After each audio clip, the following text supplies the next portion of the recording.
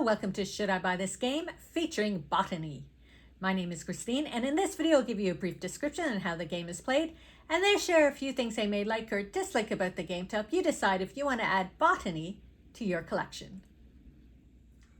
This is the game Botany, and in this game you are adventuring around the world to gain specimens, which you will bring back to your estate to gain money and reputation. On your turn, you start by paying a coin to go off on your expedition. Then you choose an event card. So this event card is agility and land. So we're going to come down and look at our cards. Now at the beginning of the game, you're given a character card, which gives you a benefit. This one is +1 to charm rolls. And then you're randomly given 2 of the expedition cards. Throughout the game, though, you're able to either purchase more cards or gain them through benefits. So if we look at this one here, the rope, I have +2 to agility. So back here, it is an agility card. So whatever I roll, I get to add 2 to my roll. So let's see what happens. I got a 2. So I get to add 2, so it's now worth a 4. So from 3 to 6, you may move 1 more space this turn. Now, if I didn't have that card and I just rolled the 2, my turn would end and I would just collect my estate income. However, because I had the bonus, I'm able to move an extra space. So typically you can move 3 spaces, but this time I can move 4. And when we're choosing where we want to go, it's based on our specimen cards. So for example, this card is in England, which is right here. My next card is in the Baltic. So if we follow along, it is over here. Then I have one in Kazakhstan, which is down here. And my last card is in New South Wales, which would be all the way over here. So obviously we know we're at the estate, we're going to go to England. So I can move 1 space would be to England, which means I can add this to my hand. I'm going to go 2 to Scandinavia, where I didn't have any cards, and 3 to the Baltic. So this card I can add. Now I was given an extra turn, so I'm going to move to Kazakhstan, and I can add this card. Obviously, we're nowhere near New South Wales. So I'm going to keep that one in my hand for the next turn. Now, when I say I'm adding the flowers to my hand, I really mean I'm adding them to my Wardian case. When you start the game, you have 1 case and 1 botanical press. When you go back to the estate, you're able to purchase a 2nd case, and you can only have a maximum of 2 cases. Each case holds 3 flowers. So I would take these 3 flowers like this and put them in my case. Sometimes some flowers give you a bonus while they're in the case, but these 3 do not. Now, if I got another 3 and on my way back I had more cards, I could put them in the botanical press. And what you would do is you would take your card, you would turn it upside down and put it underneath. The difference comes is when you bring these back to your estate, you will receive a coin for each of them. You will get the points that's shown on top, and for every 3 cards, you will get a reputation. Your botanical press only gets put into your estate, and at the end of the game, you will only receive 1 point regardless of what they were worth. So you want to try and put them in your Wardian case to get the full benefit of the specimens. Now, since I played 3 cards, I'm able to get 3 new cards up to my hand of 4. But there are some cards that can benefit you. So down here, the hunting dog card allows me to draw an additional card. So I could draw 4 and then get rid of 1. And that gives me more cards to choose from to get cards that are in the same area. And the pig here allows me to roll a die. And if I get a 5 or 6, I can pick a card out of the discard pile. Again, allowing me to pick a card close to where I am. So I'm going to roll my die to see.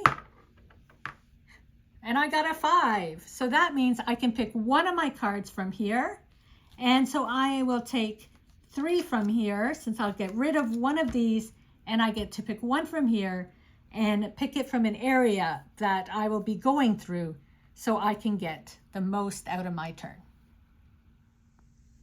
The next thing you want to do is collect your income. And this is based where you are on the reputation track.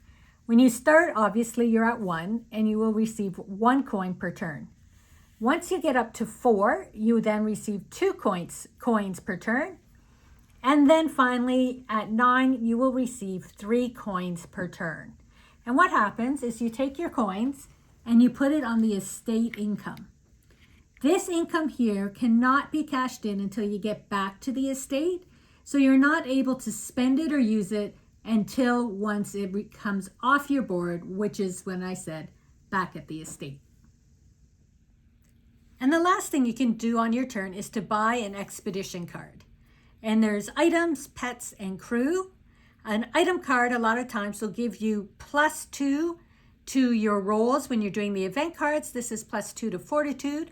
Earlier I showed you agility, there's charm, prowess, and a few different. The pets give you a whole bunch of different things. I had showed you the pig card earlier where I was able to get a card.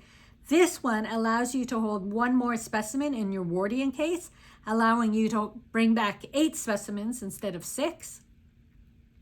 And the crew cards, again, have multiple different benefits. This one, if you roll a 5 or 6, you're able to get an extra move on a land space.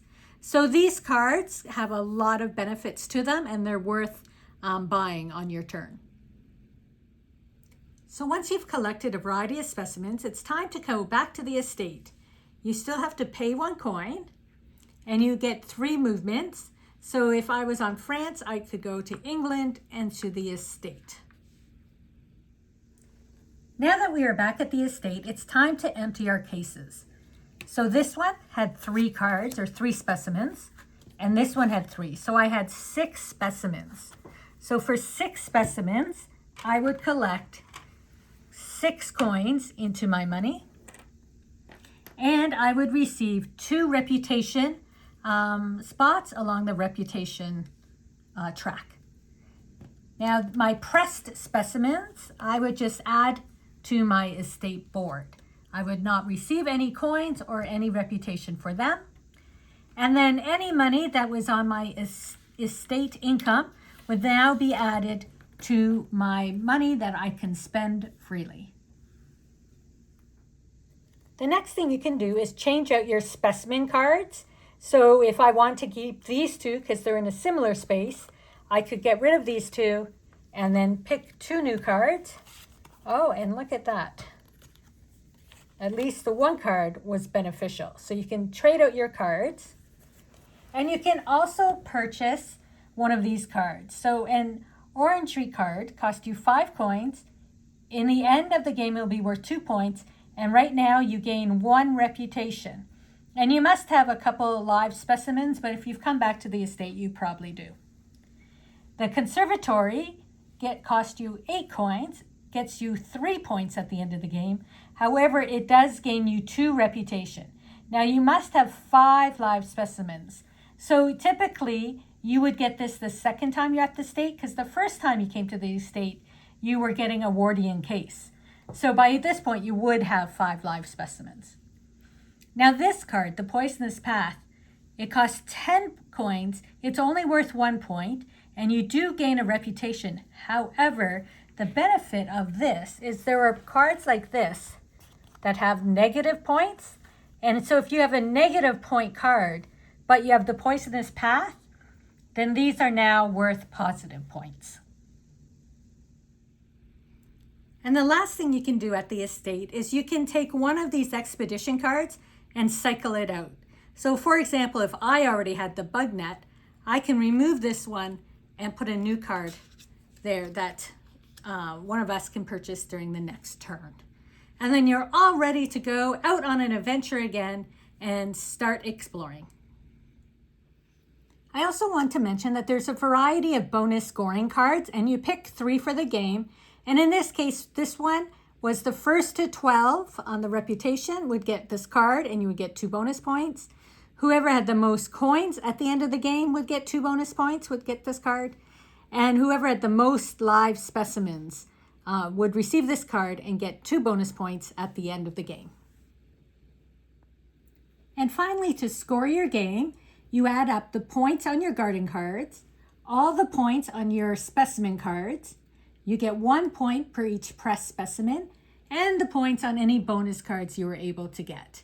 And whoever has the most points wins. There is also a solo mode with the game, and the solo player is Abigail.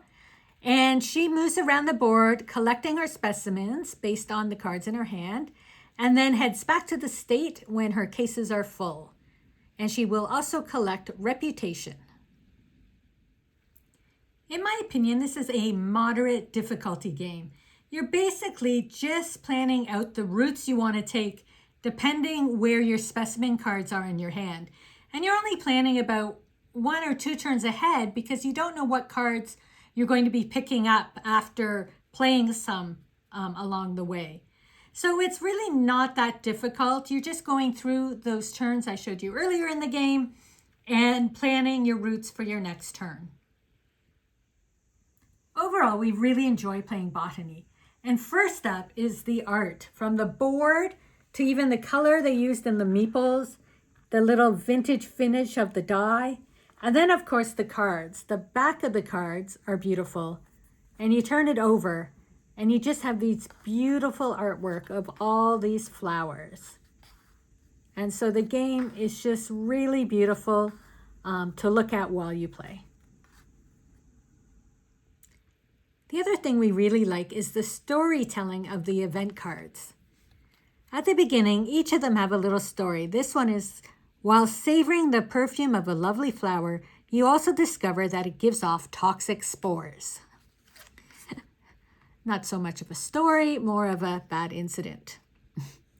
This one, you feel a small pinch. Look down and discover you have been bitten by the largest mosquito you have ever seen. 4 hours later, you are wandering around delirious with fever. Anyway, a lot of these little incidents or events are actually based on true stories that have happened. The crazier it sounds, the more true it probably is. Some of them, of course, they made up for the game, but they did do research in trying to find a bunch of interesting stories to add to these event cards. And finally, we really do enjoy this player turn card. Because there's a few different things you need to do during your turn, it's really helpful to have this card on hand to remind you to pay, to draw an event card, your move, your specimen cards, collect income, and then buy an expedition card. So with everybody being able to have one of these, it's really helpful, we find, particularly with this game.